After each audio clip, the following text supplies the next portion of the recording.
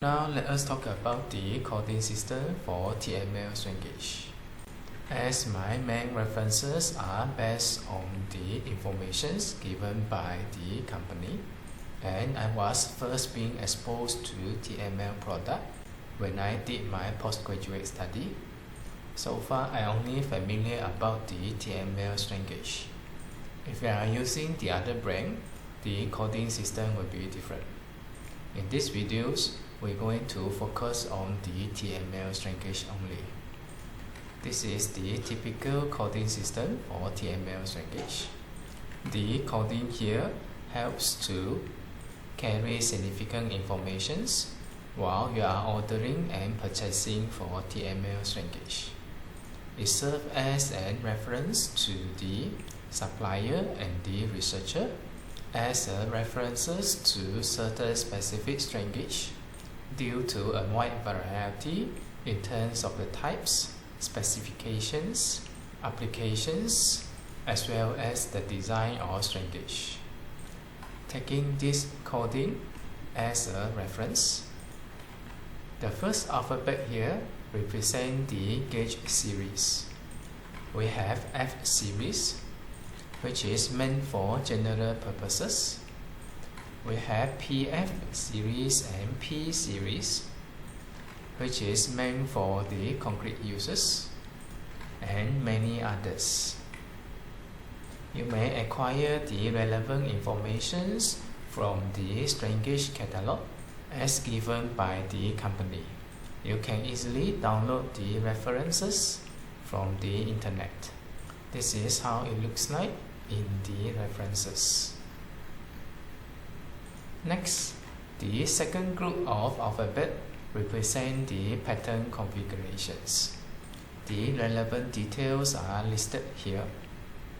The most common one, it will be the single strain gauge, normally appear in the form of L or LA. What does it mean by the single strain gauge? It comes in one single unit. We have also two element rosette, which can be staggered or plain type. We have also three element rosette, which can be staggered or plain type. There are also 5 element single and 10 element single. And there are also 5 element rosette, the top and 45-degree single strain gauge. You may refer to the coding here depending on the pattern design which you intend to have. Next, it will be the gauge length. The number 3 here represents the gauge length in millimeter. And then the next alphabet here represents the functions. The relevant details are given here. Next, it will be the strain gauge resistance. 350 here referring to 350 ohm. Previously, we mentioned about there are various types of gauge resistance: 60 ohm, 120, 350, and 1000 ohm. The most general one, it will be 120 ohm. Now, if the coding system silent on the resistance here, it means that the default gauge resistance, it will be 120 ohm. It is only when the gauge resistance is different from 120, then the relevant gauge resistance shall be specified here. Next, it will be the number represent the compensations material. We have a series of material here.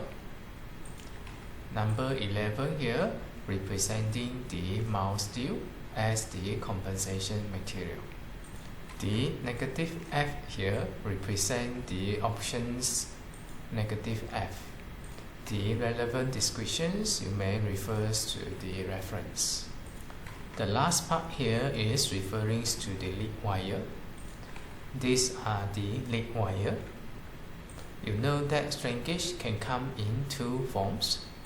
One is ordinary strain gauge, which is come with only strain gauge. Another one is integral lead wire gauge. That means now the strain gauge come together with the lead wire.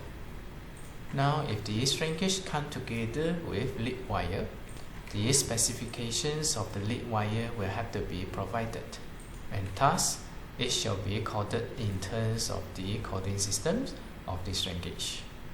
Now the number here represents the length of the lead wire which is pre-attached to the strain gauge. We have 1 meter long, 3 meter long, 5 meter long lead wire. There are also 2 cm and 5 cm long lead wire. The relevant codings are given here.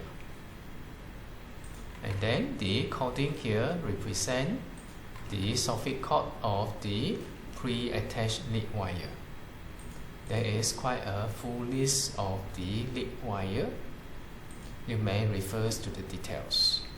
For more details of the lead wire, you may refer to the catalog of the strain gauge.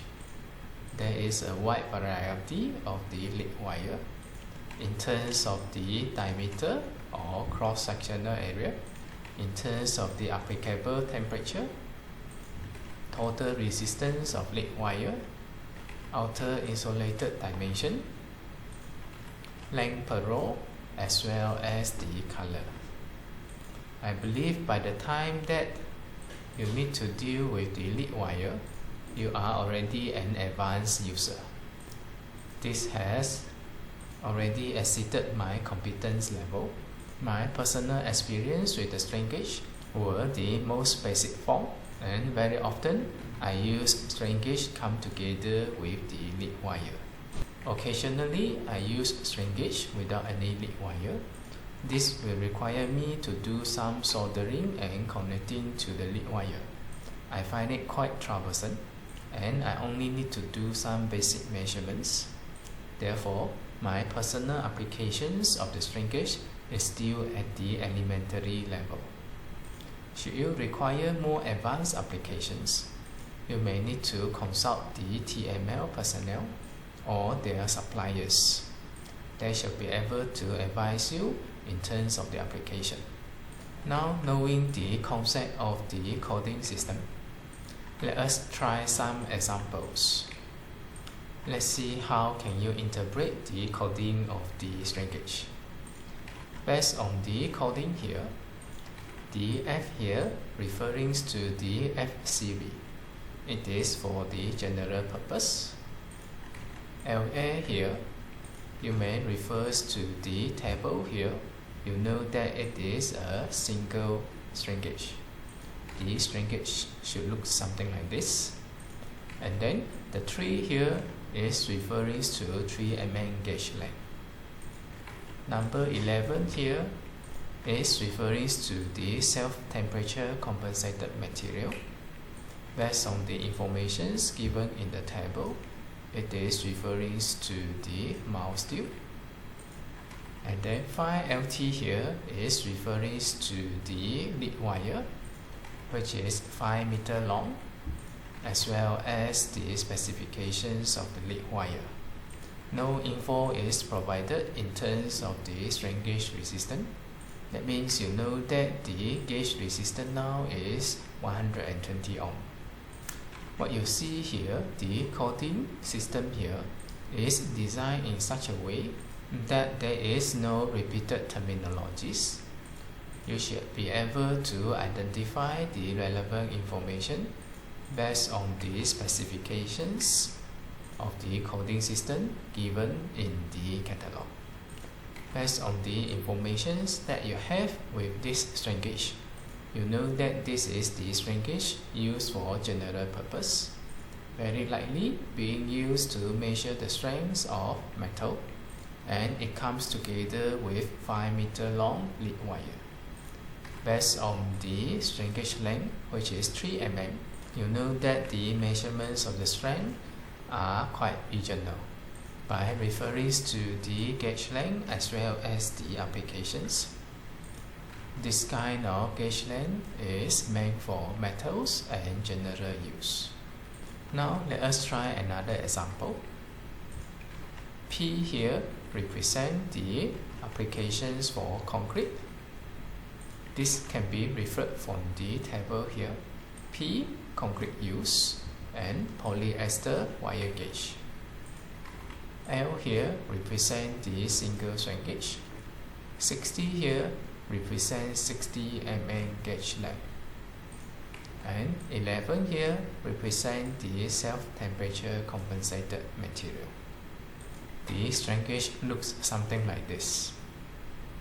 This is normally used to measure the strength of concrete. Normally for the applications of concrete, the gauge length should be at least equals to 3 times the size of the aggregate used in the concrete. Next, let us try this strain gauge. PF series is meant for concrete use, and it is using the polyester foil gauge.